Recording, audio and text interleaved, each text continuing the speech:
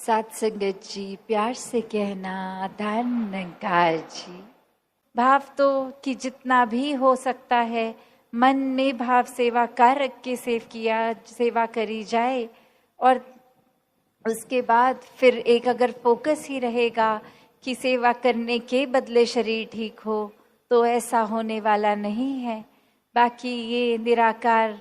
जब भी फिर वो रूप की किसी पे अगर आज तन ठीक रखा है, कल नहीं भी, और आज अगर नहीं भी कल ठीक भी, बस हमें वो प्रयत्न अपने शरीर के लिए भी करते जाना है। तो एक भाव वही कि अक्सर सेवा को हम अपनी इच्छाओं से जोड़ लेते हैं, किसी चीज़ की प्राप्ति से जोड़ लेते हैं,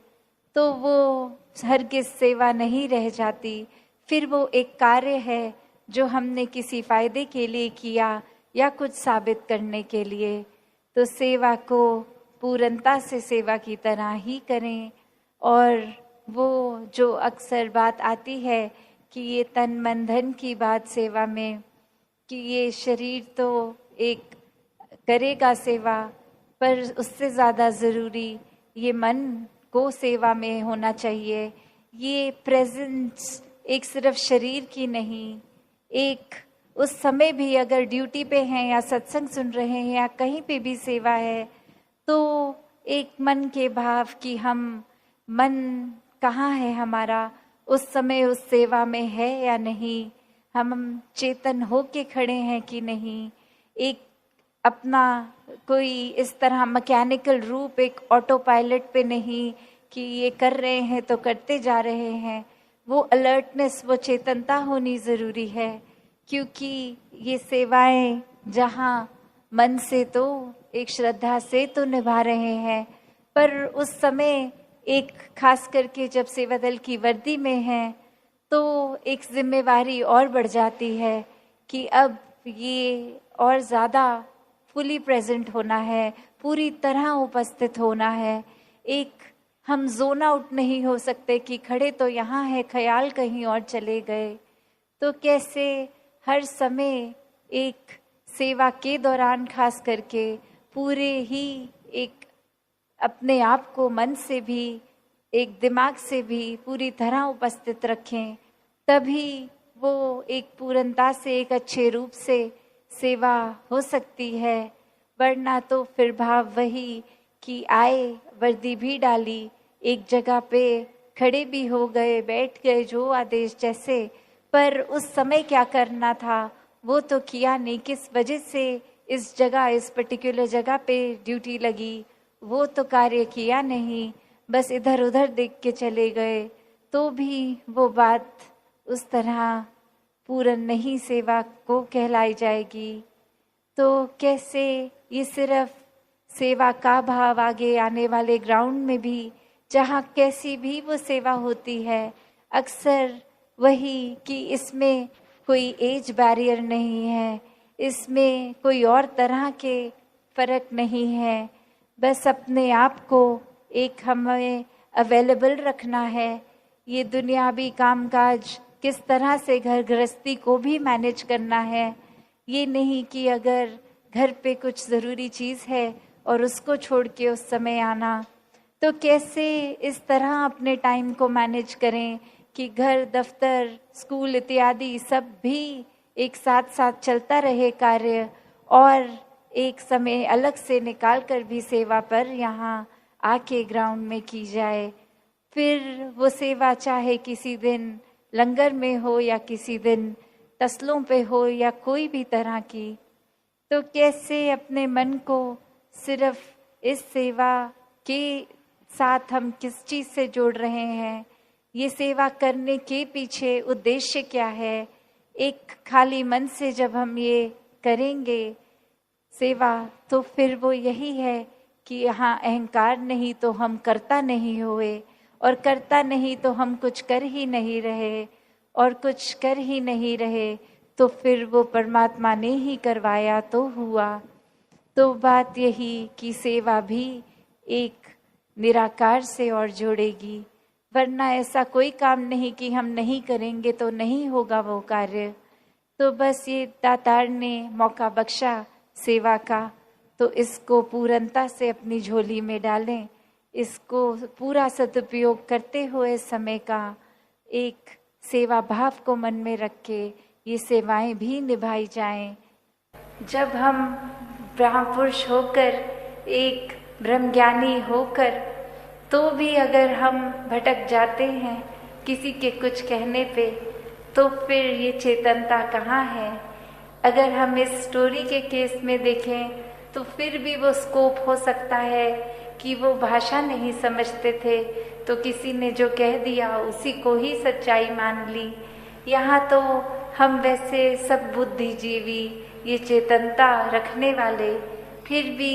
एक अपनी बुद्धि को परे रखकर अक्सर अफवाहों में पड़ जाते हैं। एक आगे से आगे वो कुछ ना कुछ मैसेज दे देते हैं।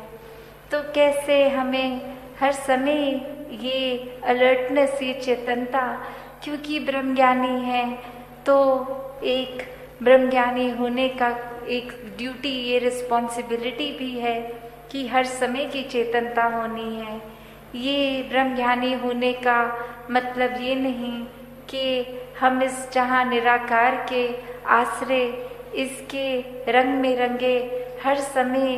एक आराम से इसी के रंग में आराम से तैरते हुए हैं, गोइंग विद द फ्लो वाली भाव। तो फिर भी ये चेतनता तो एक कैरेक्टरिस्टिक है ब्रह्मज्ञानी का। ये कहीं भी नहीं है कि अगर आप एक भोले संत हैं, एक ब्रह्मज्ञानी हैं, तो आप चेतनता का प्रयोग नहीं करेंगे। नहीं, संत स्वभाव ही चेतनता का उसमें योगदान होता है कि संत कभी भी ऐसा कोई कार्य नहीं करते जो इस निराकार के एहसास या कोई एक अच्छी शिक्षाओं से विपरीत होता है। एक माइंडलेस एक्टिविटी में कभी कोई भी संत इंडल्ज नहीं करता, तो वो परख भी कि क्या ठीक है क्या गलत है, हर समय का वो डिसीजन बनाना, यह चेतनता ही एक उपयोग में आती है। तो अक्सर कोई ना कोई ये बात को भी उस तरह बोल देता है कि ये तो सब निराकार ही कर रहा है, तो खुद उसमें अपने एक वेस्टेड इंटरेस्ट, एक अपने फायदे की चीज़ छुपाकर एक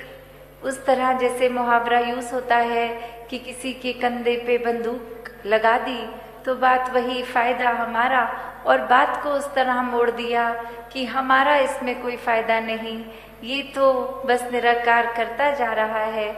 तो हमेशा ये एक चेतनता का प्रयोग संतों ने हमेशा से जहाँ किया भी है और उनके जीवन से भी झलकता है। जहाँ ये आनंद लेना है, इस निराकार की मस्ती में चूर रहना है, वहाँ हर समय एक अलर्टनेस की भी बात है कि कहीं कोई ऐसी चीज़ तो नहीं हो रही जो हमसे हमारे नुकसान और किसी और के नुकसान के लिए हो रही है, या फिर अक्सर कोई ऐसी बात कि अगर हमारा भी कोई फ़ायदा उठा रहा है तो उसमें भी चेतनता का ही प्रयोग होता है। तो एक वही बात कि अपनी बुद्धि को उस तरह एक ज्ञान प्राप्त करके, ब्रह्म ज्ञान लेकर इस निराकार परमात्मा से हर समय के लिए अपना मिलाप कर ले। तो कैसे सिर्फ महाराष्ट्र ही नहीं, एक पूरे संसार में अगर हम देखें तो कितना वो फर्क आ जाता है, वो कितना देखने में कि रूप आकार या फिर एक जोग्राफिकली कोई डाइवर्सिटी है, या कोई बोलने की तरह कोई भाषा, कोई आकार शक्ल, तो कैसे इतने अलग अलग जहाँ देखने में ही है हर कोई। तो स्वभाव की बात आए तो अनगिनत स्वभाव होंगे हर एक के, कैसे अलग अलग स्वभावों वालों को भी अपनाया जा सकता है, क्योंकि अक्सर इंसान ऐसे ही कंफर्टेबल हो पाता है किसी के साथ कि अगर कुछ हमारा उससे मेल खा ले, कोई वो बात हो जो हम में और उस इंसान में कॉमन है, कि या हमारा कोई वो प्रोफेशन सेम हो या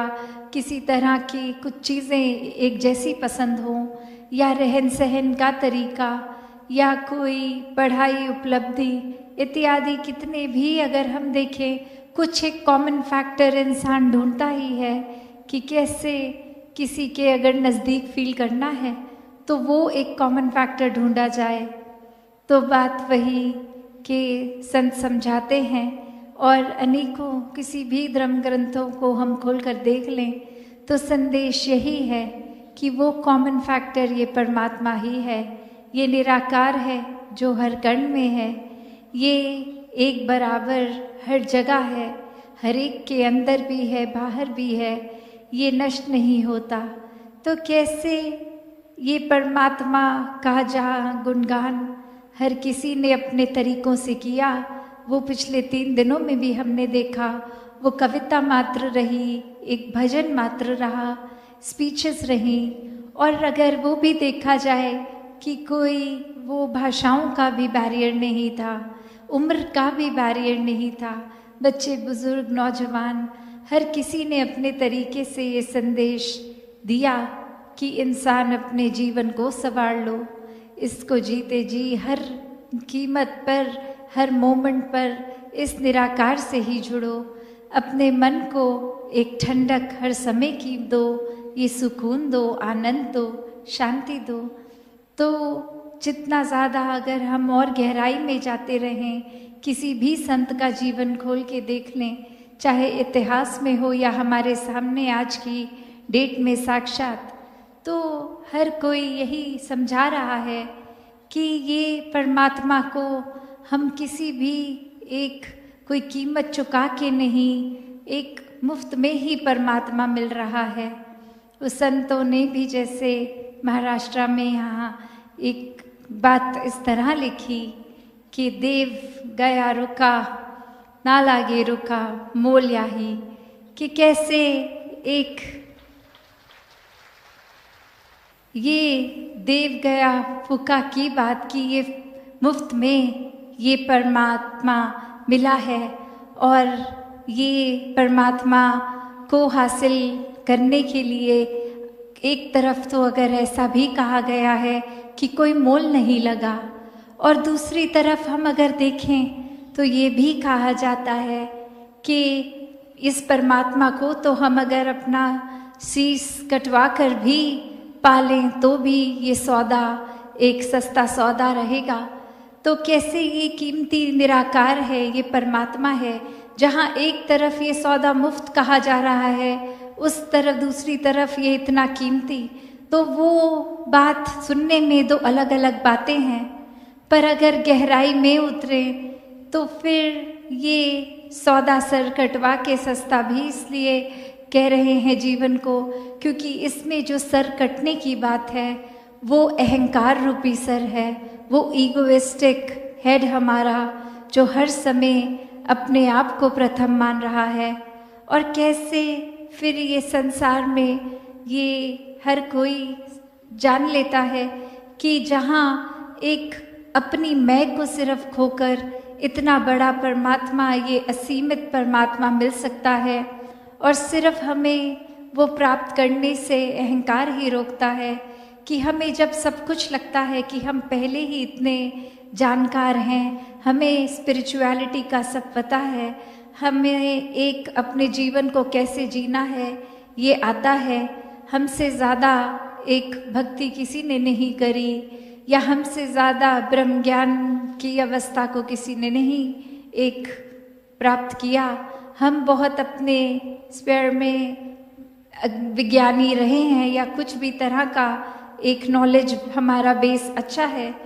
तो ऐसे अगर सोच विचार करके अपने आप को ही श्रेष्ठ मान लिया, प्रथम मान लिया, तो फिर तो ये स्पिरिचुअलिटी हमारे अंदर घर नहीं करेगी।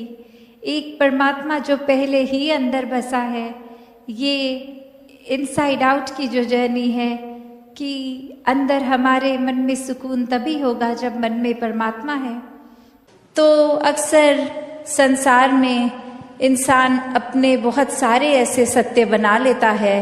तो कैसे वो सच्चाई हमने सोच ली, वो कल्पना कर ली, तो वो एक हमारा ही नज़रिया वो माई वे और द हाईवे वाली बात कि जो मेरे सोच है वही सही है, औरों की राय मैटर नहीं करती, औरों का तरीका मैटर नहीं करता। तो ऐसी सोच अगर है तो हमारी ग्रोथ कहाँ है उसमें? एक जीवन को फिर हमने इतना ही अपने आप अपनी ईगो से भर लिया, अपनी सोच से, अपने माइंडसेट को ही एक सही मानकर। तो कैसे इस जीवन में जब जिएंगे तो वो माया रूप यहाँ पे हावी होगा, क्योंकि when we are so full of ourselves तो हम लर्निंग कहाँ से करेंगे, जबकि इस निराकार, इस दातार ने तो हर जगह इस कण कण से शिक्षा लेने का एक रूप दिया है। बस हमें वो रिसेप्टर बनना है कि ये हर जगह से जो शिक्षा मिल रही है उसको कैसे चैनलाइज किया जाए। तो ऐसा जो कर लेते हैं वो एक भक्ति हर समय की करते हैं, क्योंकि जब इस परमात्मा को जानकर, इसमें विश्वास करके, इसको हर समय अपने आसपास देखकर, फिर चाहे किसी ने कुछ भी कहा हो तो ये भक्तों का जीवन तो डार्केस्ट क्लाउड में सिल्वर लाइनिंग भी देख लेता है। एक बिना गुण की चीज में से भी गुण निकाल लेते हैं। तो फिर जहाँ एक स्वाभाविक गुण बह रहे हैं वहां से तो भक्त कितने ही अनेकों गुण निकाल लेंगे। तो ऐसा जीवन हमारा एक हो जाए ताकि हर तरफ से जो शिक्षाएं हैं वही मिले। वरना तो एक अगर अक्सर ऐसे भी जो उदाहरण देखने को मिलते हैं कि हमारी सोच, इसने तो कभी खत्म नहीं होना, हमारी इच्छाओं ने भी कभी खत्म नहीं होना, एक वो सेटिस्फैक्शन, एक कंटेंटमेंट की बात, ये तो माया का ही रूप। क्योंकि अक्सर हम ये भी सोच लेते हैं कि माया सिर्फ एक मटीरियलिस्टिक चीज है, माया सिर्फ जो आंख देख सकती है वही है, चाहे वो एक घर हो, पैसा हो, एक और चीजें। पर अक्सर ये जो सूक्ष्म रूप की माया है, जो एक ये सोच में भी आ जाती है, क्योंकि इस परमात्मा को इस पल में देखना है, इसको ये लिविंग इन द मोमेंट वाली बात। तो ऐसे बात पे ये जो इस पल में इस परमात्मा के एहसास में रहना, वो ही एक एहसास है। वरना तो ये सिर्फ माया रूप चीजों, वस्तुओं, रिश्तों से ऊपर ये सोच में भी आ जाती है। तो कैसे एक ये वही बात हो गई, जैसे एक कहानी भी है कि एक इंसान, उसको एक थोड़े से कुछ लोग मिले और आगे वो इंसान सारे जा रहे हैं, कहीं रास्ता खराब है, तो वो एक डिसीजन बनाते हैं कि will go ahead as a group, ताकि कोई बात है भी तो इकट्ठे कोई वो रास्ता आराम से निकल जाएगा। और फिर वहीं वो बातें चल रही हैं जहां हर कोई अपने जीवन के बारे में बता रहा है, अपने डिजायर्स, अपने गोल्स। एक इंसान उनमें से जो बहुत ही सूझवान, संतमति वाला, उसको एक कुआं दिखता है और वहां एक बाल्टी जिसमें से वो उस कुएं में से पानी निकाल सकते हैं। पर वो देखता है कि ये बाल्टी का बेस तो टूटा हुआ है, तो एक वो बॉटमलेस बाल्टी हो गई। तो वो इंसान वहां रुककर प्रिटेंडिंग टू बी थर्स्टी, वो उसकी प्यास बुझाने के लिए पहले उस बाल्टी में से जब पानी निकालता है, तो जब तक तो वो बाल्टी पानी के अंदर है वो भरी हुई दिखती है। पर जैसे ही वो वाटर के सरफेस से ऊपर उठा ली गई, अब उसमें पानी कहाँ टिकना था। पर वो बार बार ये कर रहा है और बाकी के लोग देख रहे हैं कि ऐसा क्यों किया जा रहा है। और वो कह रहा है कि नहीं, अब मैंने ये ठान ली है बात कि जब तक ये बाल्टी को भर के मैं इसमें से पानी नहीं निकालूंगा तब तक घर नहीं जाऊंगा।